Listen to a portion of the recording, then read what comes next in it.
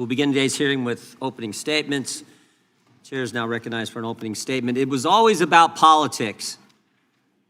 And to get President Trump, they were willing to do just about anything. January 7th, 2023, Kevin McCarthy becomes Speaker of the House. 16 days later, Jack Smith issues a subpoena for his phone records.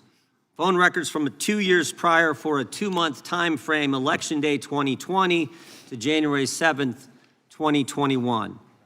Jack Smith and the Biden Justice Department get the phone records of the top Republican in government, the guy second in line to the president. They know who he called, who called him, when the call took place, and how long it lasted.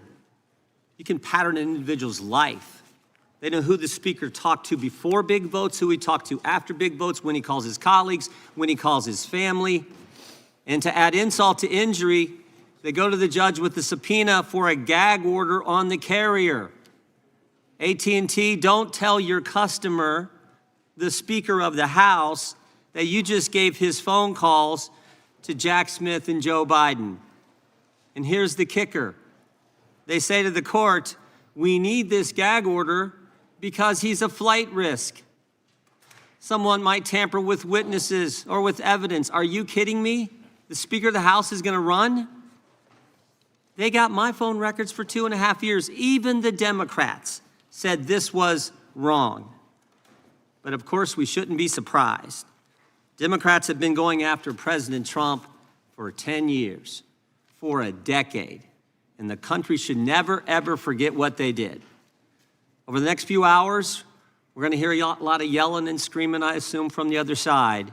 But we should never forget what took place, what they did to the guy we the people elected president twice. It all started in 2016 when they spied on his campaign. The Clinton campaign hired the law firm Perkins Coie, who hired the public relations firm Fusion GPS, who hired a foreigner, Christopher Steele, to put together the fake dossier. Bunch of garbage in that document, but that was used by Jim Comey's FBI. And we all know Jim Comey. He was the guy who just last year was strolling along the beach when the good Lord had the waves wash up on shore seashells in the formation of 8647. That guy took that dossier to the FISA court, lied to the court, and then spied on the other party's campaign. This, of course, led to the Mueller investigation, 2.5 years, 19 lawyers, 40 agents, $30 million to find nothing. No conspiracy, no coordination whatsoever. Then it was impeachment 1, the anonymous whistleblower. We couldn't even know who was bringing the charge against the guy they were trying to take it, the guy we elected, who were they trying to kick out of office. We couldn't know. Secret hearings in the bunker, in the basement of the Capitol. Again, nothing. Then it was impeachment 2. No secret hearings here because they didn't have any hearings. It was the snap impeachment, and the Senate trial actually took place after President Trump wasn't in office.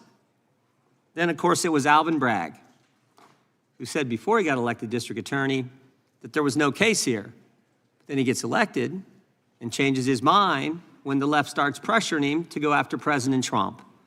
He hires Michael Colangelo, former Democrat National Committee consultant, and the number 3 guy at the Department of Justice. And then, of course, it's Fani and Nathan, Fani Willis and Nathan Wade in Fulton County, Georgia. We actually deposed Mr. Wade, one of the most interesting depositions I've sat through. We said to him, you billed taxpayers in Georgia thousands of dollars for meetings in D.C. with the January 6th committee and with the Biden administration. And we asked him some questions. Who'd you talk to, Mr. Wade? He couldn't remember. We said, where'd you meet? Did you meet the Capitol? Did you meet the White House? Where'd you meet? Couldn't remember that either. We said, were these meetings in person, on the phone, or did you have a Zoom meeting? Couldn't remember, couldn't remember, couldn't remember. We finally just asked him, did you really come to D.C. and meet people? He said, oh yeah, I came, and I billed the taxpayers. I know I came, just no idea who he talked to or what he did. And then there was the raid on President Trump's home, You know, where they searched Barron's room and the First Lady's closet. In our deposition with Stephen D'Antuono, head of the FBI Washington field office, he told us none of the normal process, none of the normal protocol was followed in the investigation. He said, first of all, the case was run out of D.C. Normally you run it out of the Miami field office. No, we're gonna run it out of D.C. He said he recommended, and the people in the FBI at the time in the Washington field office recommended they give the president notice before they do the search, or at least when they got there, before they start the search, call the president's lawyers, ask them to come there and meet them and conduct the search together. Again, the answer from Maine Justice was no. Which brings us back to Mr. Smith. On November 18th, 2022, 3 days after President Trump announces he's running for president, Attorney General Garland names Jack Smith special counsel. One of the first things Mr. Smith does is put on his team the very people responsible for the raid on President Trump's home. The very people. And then Jack Smith also puts on his team the people responsible for getting the phone records of dozens of members of Congress. People like Thomas Wyndham, who when we deposed him, took the fifth 71 times. We've actually referred him to the Justice Department for obstructing our investigation. Jack Smith then gets a gag order in his investigation on President Trump from Judge Chutkan without filing a single affidavit with the court from a witness or a potential witness that they felt threatened by statements from the president. Stop and think about it. Jack Smith restricts the speech of the former president while he's a candidate for president. Thank goodness Mr. Smith was slapped down on appeal and the order was changed. In fact, just 2 weeks ago, the Washington Post editorial page, Jack Smith would have blown a hole in the First Amendment. I just want to read 2 sentences from this. Mr. Smith seemed unconcerned about interfering in the democratic process by seeking to muzzle a candidate for high office. 3 appellate judges, all nominated by Democrat presidents, ruled that Mr. Smith's proposed gag order infringed on President Trump's First Amendment rights. And of course they did. And this wasn't the only time Mr. Smith lost in court. In the classified documents case in Miami, Judge Cannon held that Mr. Smith was not permitted to be special counsel. Jack Smith was never properly appointed. In fact, he couldn't be properly appointed because he was never confirmed by the Senate for any position in the executive branch as the law requires. Here's what Judge Cannon stated. Quote, the special counsel's position effectively usurps that important legislative authority, transferring it to a head of department and in the process threatening the structural liberty inherent in the separation of powers. And of course, on July 1st, 2024, the United States Supreme Court ruled that President Trump had immunity for actions taken in his official capacity as the president.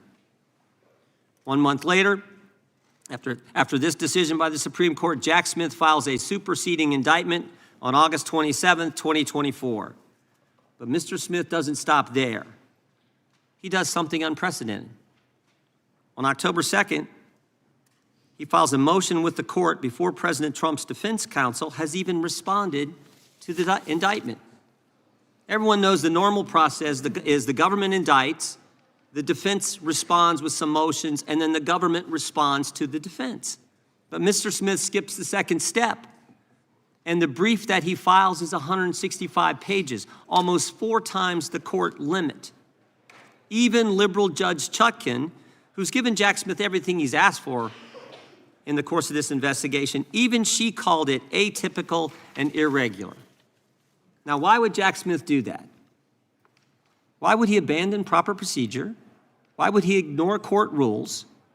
Why would he do that? Because he's running out of time. There's an election around the corner. It's coming in 33 days, and he's got to get President Trump. He's got to stop President Trump from running, tie him up in court. He's got to get to trial, or at a minimum, insert an 165-page political document into the presidential campaign. It was always about politics. The good news is the American people saw through it. They saw through it. For so long, The left has controlled so much in this country. The left controlled big media, the left controlled big tech, the left controlled academia, Hollywood, certainly the Democrat Party, and I think all too much the federal bureaucracy. But the left doesn't control we the people. And in spite of the left and the weaponization efforts of Jim Comey, Alvin Bragg, Fonnie Willis, and Jack Smith, we the people saw through it all, and we elected President Trump twice.